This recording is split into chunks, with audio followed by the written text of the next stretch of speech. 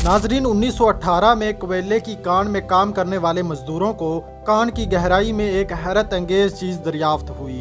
कोयले की तह में छुपा हुआ एक पत्थर में तब्दील दरख्त के तने की बाकियात। नाजरीन, ये गैर मामूली दरियाफ्त जमीन के कदीम माजी में झांकने का नया मौका फराहम करती है, ये जाहिर करते हुए कि इन इलाकों में कभी जंगलात मौजूद थे जो बाद में ज़ेरे ज़मीन कोयले के ज़खायर में तब्दील हो गए।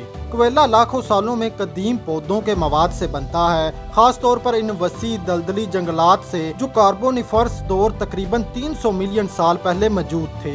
एक मुकम्मल तौर पर महफूज पत्थर में तब्दील दरख्त के तने का मौजूद होना इस बात की निशानदही करता है कि यह दरख्त मिट्टी में दफन हो गया था, जो वक्त के साथ मादनियात में तब्दील हुआ और इसी कोयले में महफूज हो गया।